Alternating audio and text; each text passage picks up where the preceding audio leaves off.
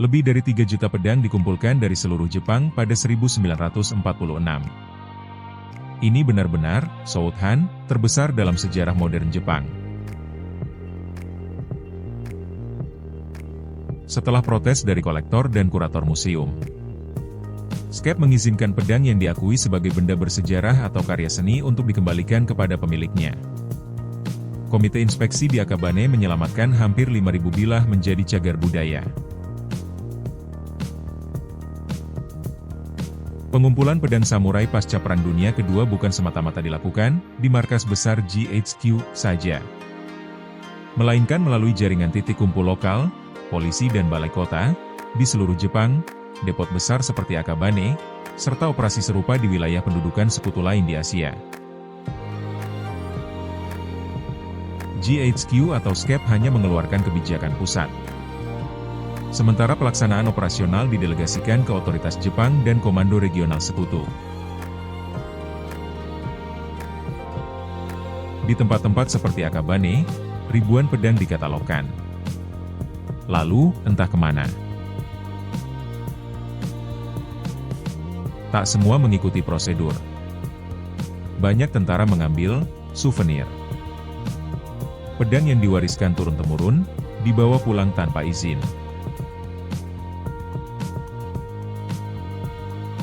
Selama Perang Dunia Kedua, banyak prajurit sekutu suka membawa souvenir atau trofi dari medan tempur. Entah itu berupa senjata kecil, medali musuh, atau benda-benda lain. Kenapa mereka melakukan itu? Ada beberapa alasan sederhana. Bayangkan setelah pertarungan sengit, kamu menemukan pistol atau medali musuh. Membawanya pulang seperti bukti nyata bahwa kamu berhasil. Trofi itu jadi kenang-kenangan yang menguatkan semangat dan rasa bangga. Mengumpulkan trofi bukan hal baru. Jauh sebelum Perang Dunia Kedua, tentara Romawi atau Viking juga sering membawa atribut lawan sebagai simbol keberanian. Prajurit sekutu mewarisi tradisi lama ini, tapi dalam versi yang lebih modern. Perang penuh stres dan ketegangan. Dengan memiliki benda dari medan perang, prajurit merasa punya jimat yang mengingatkan mereka pada momen sukses. Ini membantu melawan rasa takut dan kejenuhan saat tugas di garis depan. Sesampainya di camp, trofi itu sering jadi bahan cerita. Wah, waktu itu aku berhadapan langsung, bla bla bla. Trofi jadi alat untuk membagikan pengalaman dan mengukir nama dalam sejarah unik mereka. Namun, tidak semua orang sepakat. Setelah perang, muncul pertanyaan. Apakah mengambil barang milik musuh itu pantas? Beberapa trofi akhirnya dikembalikan atau diserahkan ke pihak berwenang demi menghormati korban dan memulihkan hubungan. Singkatnya, prajurit sekutu mengambil souvenir karena itu membawa makna kemenangan, memperkuat semangat, dan membantu mereka melewati tekanan perang. Tapi di balik kebanggaan itu juga ada perdebatan etika, yang akhirnya membentuk cara mereka memandang kenang-kenangan perang di masa depan. Bagaimana pandangan sekutu terhadap pedang samurai Jepang selama Perang Dunia Kedua? Prajurit sekutu, terutama di Angkatan Darat AS, menganggap pedang samurai, Nihonto, sebagai puncak seni baja. Keseimbangannya, pola hamon yang jelas, dan kekuatan bilah yang tetap tajam meski dipakai berulang kali. Bahkan sejumlah laporan teknis menyebut katana lebih tahan lama dibandingkan pedang barat pada masa itu. Di tengah dominasi senapan dan artileri, serangan, Banzai Charge, yang dipimpin perwira bersenjata pedang menimbulkan kesan menakutkan bagi tentara sekutu. Sosok perwira Jepang yang berlari sambil menghunus pedang seakan membawa jiwa samurai ke medan tempur, membuat mereka ekstra waspada di hutan, terowongan, atau kota-kota kecil. Unit-unit teknis sekutu mengirim katana ke laboratorium untuk mempelajari teknik tradisional, folding, baja dan distribusi karbon. Dengan harapan wawasan itu bisa meningkatkan kualitas baja tank dan senjata tempur pasca perang. Meski niat awal sekutu adalah mengadopsi teknik tradisional, sambil menggabungkannya dengan proses industri modern, riset menunjukkan bahwa keunggulan katana lebih bersifat lokal, ketajaman dan ketangguhan pada bagian bilah, dan tidak secara langsung ditransfer ke konstruksi armor tank.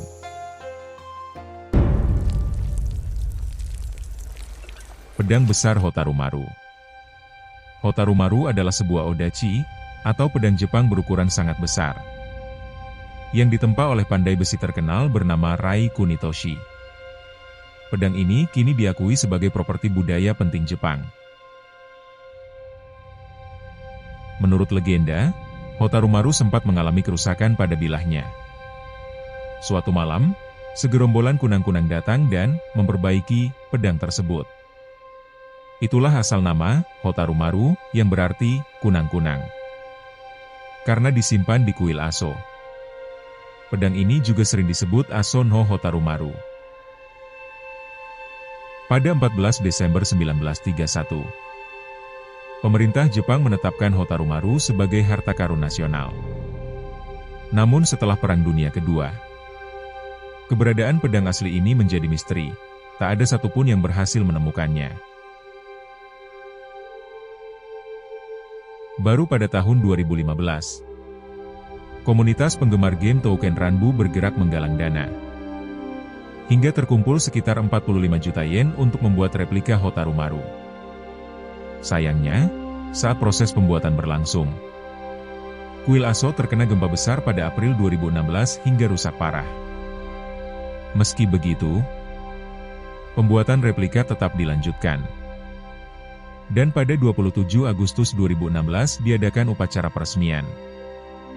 Saat ini, replika Hotarumaru dapat dilihat langsung di kuil Aso, sebagai penghormatan pada warisan budaya Jepang.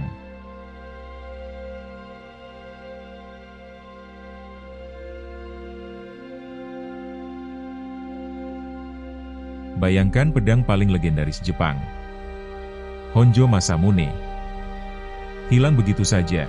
Bukan karena perang, tapi karena diserahkan ke tangan asing. Bersamanya, 13 pedang pusaka lain juga raib. Honjo Masamune, pusaka Shogun Tokugawa, diserahkan pada Desember 1945 oleh Tokugawa Ieyasu kepada polisi Jepang. Tapi kemudian, pedang itu dicatat diberikan ke seorang tentara sekutu bernama Cole D. Baymore dari Foreign Liquidation Commission. Setelah itu, hilang. Honjo Masamune adalah katana legendaris hasil karya Masamune, sang maestro besi abad ke-13. Nama, Honjo, diambil dari Jenderal Honjo Shigenaga, seorang panglima klan Uesugi, pada pertempuran Kawanakajima tahun 1561. Shigenaga ditantang duel oleh seorang samurai bernama Umanosuke. Dalam ayunan pamungkas, pedang itu membelah helm Shigenaga.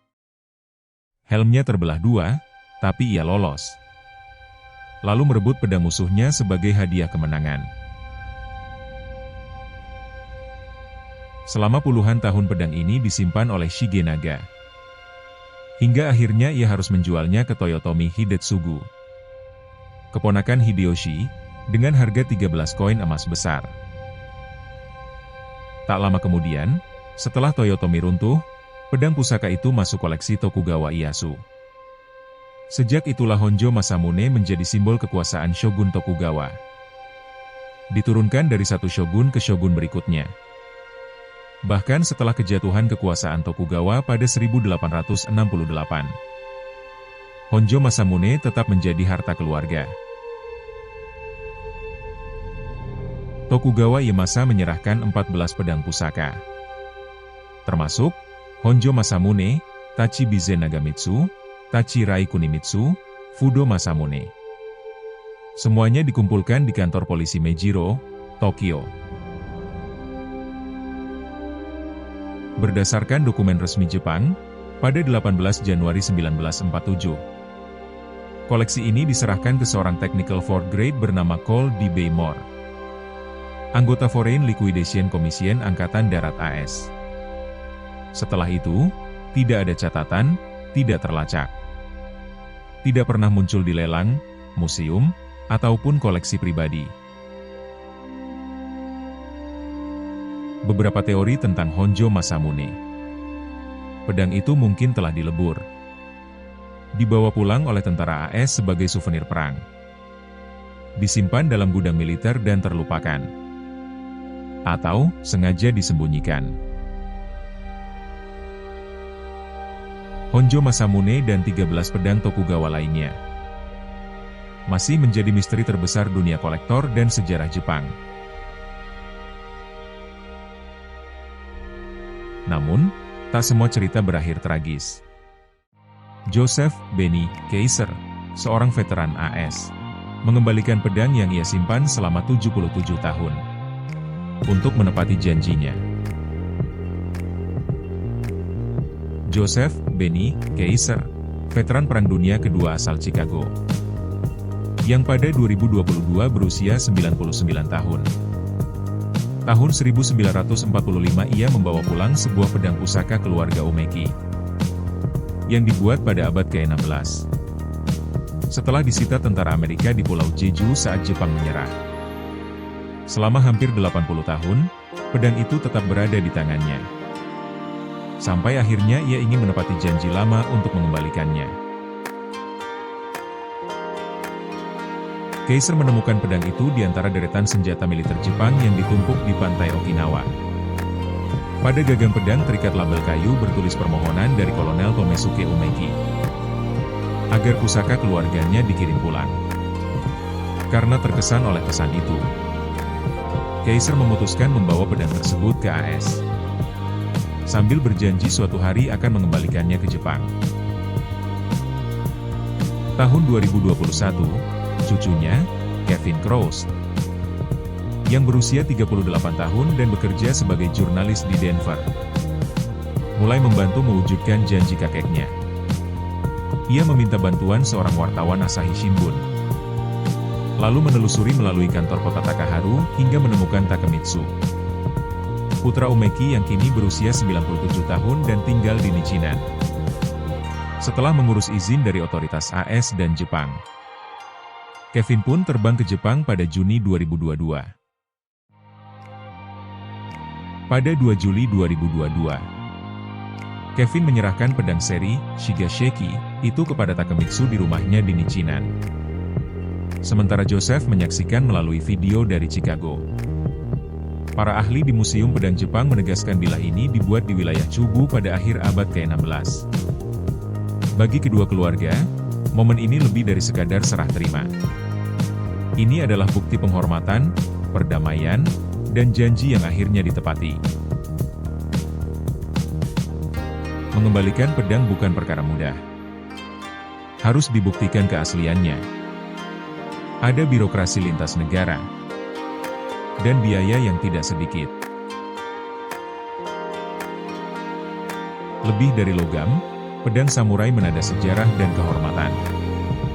Saat kembali, ia mengembalikan keping jiwa Jepang yang sempat hilang.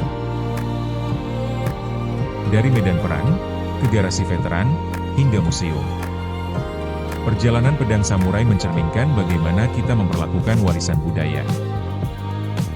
Apakah kamu tahu ada benda bersejarah lain yang masih nyasar di luar negeri? Tulis di kolom komentar. Sampai jumpa di cerita sejarah selanjutnya.